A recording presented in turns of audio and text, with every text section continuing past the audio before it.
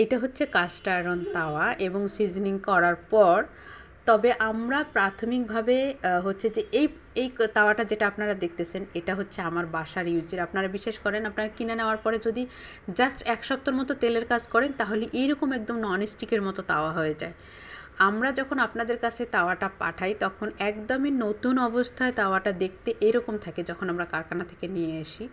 সেটা হচ্ছে যে আমরা প্রথম ধাপে ক্লিন করে তারপর হচ্ছে প্রাথমিক সিজনিং করেই আপনাদের কাছে পাঠাই। সেটা আপনারা কিনে নেওয়ার পরে সাথে সাথেই রান্না করতে পারবেন, তাতে কোনো সমস্যা নেই। তারপরেও ওটা আসলে যথেষ্ট না, আমি বলে দিব যে আপনারা কিভাবে এটা সিজনিং করবেন বা ব্যবহার করবেন। এর পিছনটা হচ্ছে এরকম সমান, গ্যাসের চুলা, মাটির চুলা অথবা হচ্ছে ইলেকট্রিক চুলা, যে কোনো চুলায় এটা ব্যবহার করতে পারেন। এটার সাইজটা আমি বলে দেই, এটা হচ্ছে যে 10 ইঞ্চি। মানে আমি এদিক থেকে ওদিকে যদি ইঞ্চি টাইপটা ধরি তাহলে এটা 10 ইঞ্চি।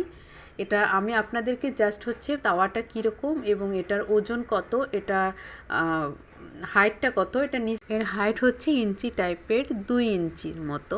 তো এখন আপনাকে বুঝে নিতে হবে যে 10 ইঞ্চি তাওয়া আর 2 ইঞ্চি হাইট এটা আসলে কতটুকু হয়, বুঝে নিতে হবে। এটার ওজন হচ্ছে 2 কেজি 145 গ্রাম।